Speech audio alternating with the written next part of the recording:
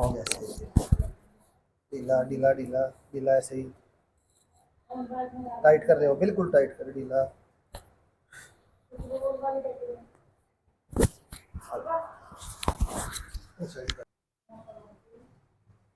हाँ जी भाई साहब, क्या नाम है? अमनदीप सिंह। अच्छा, क्या दिक्कत हुई थी?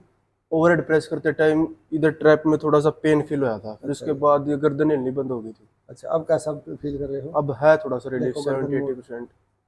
आराम से, बिल्कुल आराम से। हाँ, आगे पीछे और करो। आगे पीछे में थोड़ी सी अभी हो रही है, नीचे पीछे, जाने में। हाँ। हाँ अब एक सीटिंग और करवा लेना, उसमें बिल्कुल ओके हो जाएगा। ठीक ठीक है है। जी, ठीक है। अब पहले से तो रिलीफ है ना? हाँ जी, 70-80% रिलीफ है। ठीक है, ओके।